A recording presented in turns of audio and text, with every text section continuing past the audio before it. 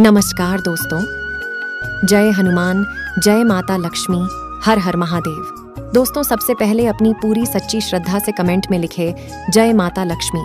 माता लक्ष्मी की कृपा से आपके घर में धन दौलत की बरकत होना शुरू हो जाएगी। दोस्तों, क्या आप भी अपने घर की सुख शांति, संतान की कमी या धन की कमी और कर्जा से परेशान है, या आपका भाग्य आपका साथ नहीं दे रहा है, या फिर आपके घर में लक्ष्मी का वास नहीं हो रहा है, आपके घर की सुख शांति में रुकावट आ रही है और आपके घर में सुख शांति रुकावट आ रही है एंड आपके कार्य नहीं बन रहे हैं, तो दोस्तों आज की इस वीडियो में एक बहुत ही महत्वपूर्ण जानकारी देने वाले हैं।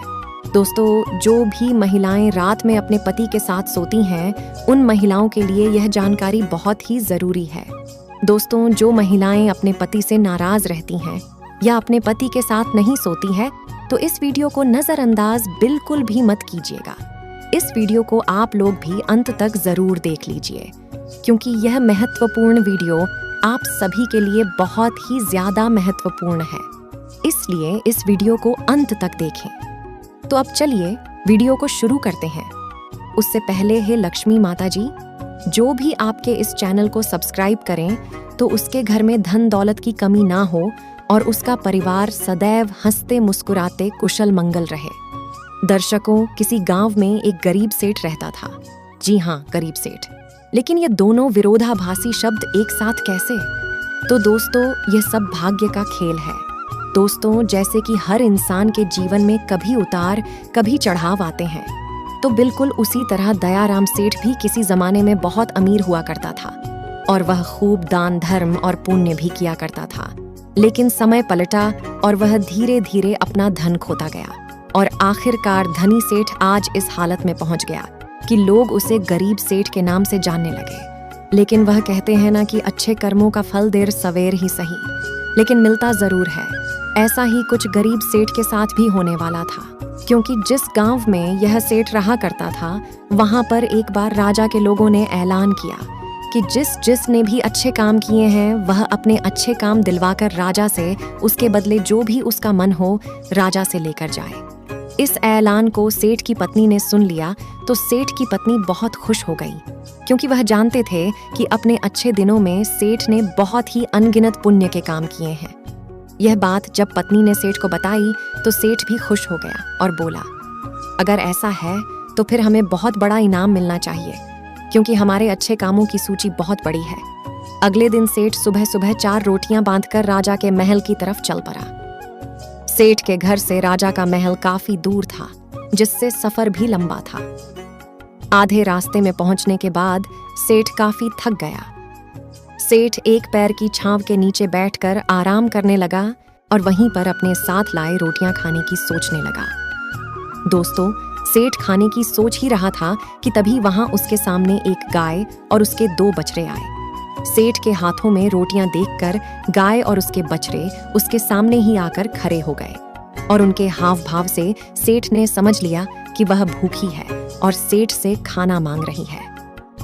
अपने अच्छे दिनों में सेठ के पास काफी गाय थी, इसलिए गायों का व्यवहार सेठ अच्छे से जानता था। सेठ की परिस्थिति भले ही अभी अच्छी नहीं थी, लेकिन सेठ का स्वभाव बिल्कुल भी नहीं बदला था। वह पहले से ही परोपकारी था, इसलिए उसको गाय पर दया आ गई और उसने अपने साथ बांधकर लाए रोटियों में से 2 रोटियां गाय को खिला दी। कुछ ही क्षण में 2 रोटियां खाने के बाद गाय फिर से सेठ की तरफ देखने लगी, तो सेठ के मन में विचार आया कि यह गाय ज्यादा भूखी लगती है। बेचारी को 2 बच्चों को दूध भी पिलाना होता है, तो इन 2 रोटियों से उसका क्या होगा। सेठ ने उसके पास बची बाकी की 2 रोटियां भी गाय को खिला दिया और पास वाले तालाब से सिर्फ पानी पीकर सेठ अपने सफर में आगे बढ़ गया। राजा के दरबार में जब सेठ पहुंचा तो राजा ने पूरे दरबार के सामने सेठ से उसका नाम पूछा और अपने अच्छे कर्मों के बारे में बताने के लिए कहा। सेठ ने राजा को प्रणाम किया और अपने कामों के बारे में बताना शुरू किया। सेठ ने कहा, महाराज, मैंने कई भूखों को खाना खिलाया है, कई मंदिरों में दान दिया है, कई निराश्रित लोगों को आश्रय दिया है, कई तीर्थ स्थानों की यात्रा की है, सैकड़ों साधु संतों की सेवा की है और ऐसे ही दर्जनों काम बताने के बाद सेठ बोला, महाराज, यह मेरे कई सारे अच्छे कर्मों में से कुछ ही अच्छे कर्म है। इनके बदले आप जो भी इनाम देना चाहे दे दीजिए। थोड़ी देर सोचने के बाद राजा बोला, अगर तुम्हारे कुछ और अच्छे कर्म हैं तो वह बताओ, क्योंकि अब तक तुमने जो मुझे बताए हैं उनमें अच्छे कर्म की श्रेणी में नहीं दिखता। सेठ को राजा की बात सुनकर बड़ा आश्चर्य हुआ। सेठ ने राजा को हाथ जोड़कर कहा, हे राजन, अगर आपको मेरे बताएं यह कर्म अच्छे कर्म नहीं लगते या पुण्य कर्म नहीं लगते तो मेरा बाकी के कर्मों का उल्लेख करना फिजूल होगा। आप मुझे इजाजत दीजिए, मैं वापस जाता हूँ। सेठ दरबार छोड़ कर जाने लगा। तब राजा के दरबारियों में से एक ने राजा के पास जाकर कुछ कहा, जिसे सुनने के बाद राजा ने सेठ को वापस दरबार में बुलाया। और फिर राजा बोला, तुमने अपने आज के अच्छे काम के बारे में तो बताया ही नहीं। सेठ बोला, महाराज, आज मैंने कोई अच्छा काम किया ही नहीं, फिर मैं आपको कैसे बताऊं? राजा ने उसी दरबारी को खड़े होकर सारी घटना बताने के लिए कहा जिसने राजा को उसके बारे में बताया था। दरबारी खड़ा हुआ और बोला, महाराज, जैसे कि मैंने आपको बताया, मैं उसी गांव में रहता हूँ जहाँ पर यह सेठ आराम करने बैठा था, और मैंने वहां देखा कि कैसे उन्होंने अपना सारा खाना पास आए गाय को खिला दिया और खुद बिना खाए सिर्फ पानी पीकर भूखे रहे। सेठ को पता चला कि राजा किस बारे में बात कर रहा था, तो सेठ ने राजा से कहा, किसी जानवर को खाना खिलाना कौन सा पुण्य का काम है, और इस बात को तो मैंने कब का भुला दिया था। राजा ने सेठ से कहा, मेरे महान गुरुजी के बताए अनुसार मैं भी उन्हीं कामों को पुण्य कर्म मानता हूँ जिन्हें करते समय सच में निस्वार्थ भाव से किया जाए, उसी के लिए किया जाए जिसको उसकी जरूरत हो, और सबसे बड़ी बात, उस काम को करने के बाद भुला दिया जाए। आज तुमने जो काम किया वह तुम्हारे किए गए आज तक के सभी कामों में सबसे उत्तम और सर्वश्रेष्ठ था, जिसके लिए तुम सच में इनाम के हकदार हो। इसके बाद राजा ने उस सेठ को अपना सबसे विश्वसनीय सेवक का पद दे दिया। अब सेठ को उस राजा के दरबार में बैठने का अवसर मिल चुका था, जिससे वह सेठ बहुत खुश हुआ। वह तुरंत जाकर के अपनी पत्नी से बताया कि भाग्यवान, आज मुझे राजा साहब ने बहुत बड़ा इनाम दे दिया। उन्होंने मुझे अपने यहाँ अपना सबसे करीबी सेवक के रूप में रखने को कहा है। ये सुनकर पत्नी खूब खुश हो गई और कहने लगी है, हे भगवान, तेरा लाख लाख शुक्र है कि आज तूने मेरी सुन ही ली। अब सेठ राजा के निजी सेवक के रूप में राजा के साथ रहने लगा। राजा उस पर बहुत ज्यादा भरोसा करता था, क्योंकि उसे पता था कि सेठ बहुत ही ईमानदार आदमी है। वह कभी भी झूठ और बेईमानी नहीं करेगा।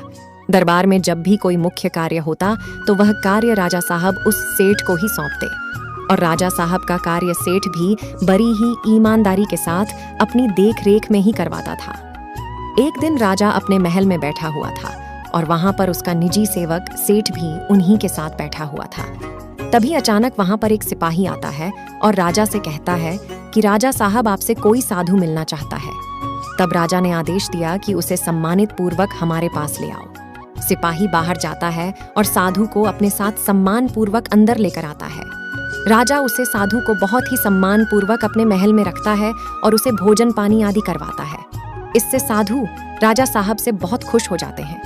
उसके बाद साधु राजा साहब से कहते हैं कि हे राजन, मैं आपकी सेवा भाव को देखकर बहुत प्रसन्न हुआ, इसलिए मैं आपको एक छोटी सी सीख देना चाहता हूँ, जिसे अपने जीवन में जरूर उतार लीजिएगा। उन्होंने कहा कि हर पुरुष को सदैव इस बात का याद रखना चाहिए कि हमेशा किसी भी पुरुष को अपनी पत्नी से बहुत अच्छे संबंध रखने चाहिए, और यदि कभी पति या पत्नी के बीच में कोई अनबन या कोई झगड़ा होता है तो उसे समय रहते जरूर सुलझा लेना चाहिए, क्योंकि पति पत्नी के आपसी कलह के कारण घर में गरीबी और दरिद्रता वास करने लगती है। इसलिए पति और पत्नी के बीच स्नेह होना बहुत ही आवश्यक है।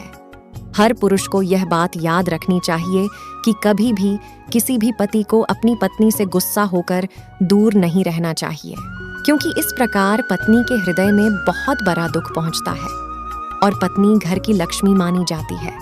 और यदि लक्ष्मी को ही दुख पहुंचेगा तो घर में धन दौलत की कमी आना शुरू हो जाएगी, घर में गरीबी आने लगेगी। और हाँ, हर पति और पत्नी को सदैव पास रहकर एक साथ ही सोना चाहिए, क्योंकि एक साथ सोने से घर में धन दौलत और बरकत बढ़ती है, क्योंकि इससे माता लक्ष्मी भी प्रसन्न होती है। जब घर की लक्ष्मी प्रसन्न रहेगी तो माता लक्ष्मी जरूर प्रसन्न रहेगी। इतना कहकर वह साधु राजा की महल से चले जाते हैं। कुछ दिन बाद एक दिन राजा को रानी से झगड़ा हो जाता है और वह दोनों अलग अलग जगह पर रहने लगते हैं, अर्थात दोनों एक दूसरे से दूर रहने लगते हैं। रानी अपने कक्ष में सोती है और इधर राजा अकेले अपने कक्ष में सोते थे। लेकिन रानी राजा को हर रात देखने के लिए उनके कक्ष में जरूर जाती थी। दोस्तों, उन्हीं के महल में एक बहरूपिया भेष बदलकर सिपाही के रूप में रहता था, जो कि दूसरे दुश्मन राज्य का खुफिया दूत था। जब उसे पता चलता है कि राजा और रानी के बीच इस समय झगड़ा चल रहा है, तो वह इसका फायदा उठाने की कोशिश करता है और राजा को मारकर सारा राज्य हड़पने की कोशिश करता है। एक रात वह अपने कुछ साथियों के साथ राजा को मारने के लिए उसके कक्ष में जाने को तैयार होता है, क्योंकि राजा अपने कक्ष में अकेला सोया हुआ था। उनके साथ उनकी रानी साहिबा भी नहीं थी।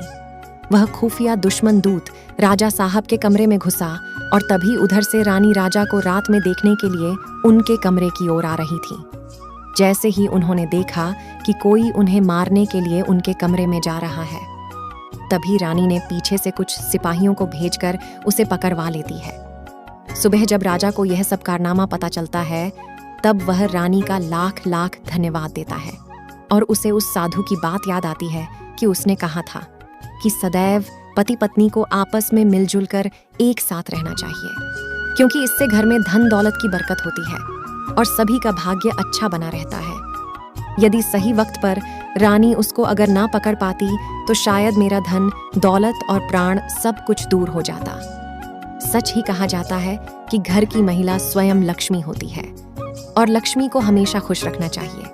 और यदि कोई पति अपनी पत्नी के साथ सोता है तो पत्नी हमेशा खुश रहती और सुख शांति धन दौलत की बरकत होने लगती है। दोस्तों, सभी लोग सच्ची श्रद्धा से कमेंट में लिखे जय माता लक्ष्मी। माता लक्ष्मी की कृपा से आप सभी के घर में धन की कभी कमी ना हो।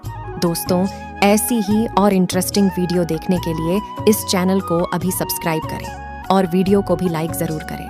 धन्यवाद।